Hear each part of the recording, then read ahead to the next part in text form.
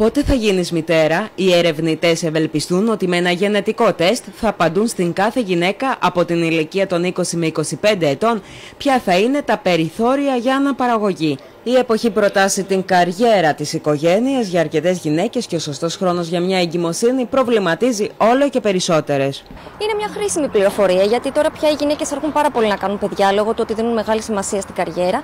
Οπότε είναι, νομίζω, χρήσιμο να ξέρεις μέχρι ποια ηλικία σε παίρνει. Επιλέγω πρώτα καριέρα και μετά μητρότητα.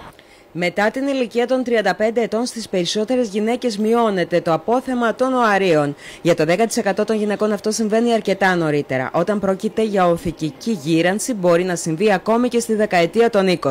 Ένα γενετικό τεστ που θα βλέπει γονίδια όπως το έθραυστο Χ που προκαλεί διανοητική καθυστέρηση αλλά και ορμόνες, φιλοδοξούν οι ερευνητές πως θα δίνει απαντήσεις για τα χρονικά περιθώρια που έχει κάθε γυναίκα να αποκτήσει παιδιά. Η ανίχνευση του γονιδίου του εύθραυστου χρωματοσώματος Χ είναι ένας δείκτης της πρόωρης ή μη οθικικής γύρανσης. Ακόμα δηλαδή και να δώσει κάποια όρια αυτό το τεστ είναι πάρα πολύ δύσκολο, γιατί υπάρχουν και αστάθμητοι παράγοντες. Μπορεί να προγραμματίσει ακόμη και κατάψυξη οαρίων σε περίπτωση που οι συνθήκες της ζωής δεν της επιτρέπουν να τεκνοποιήσει όποτε θέλει η ίδια.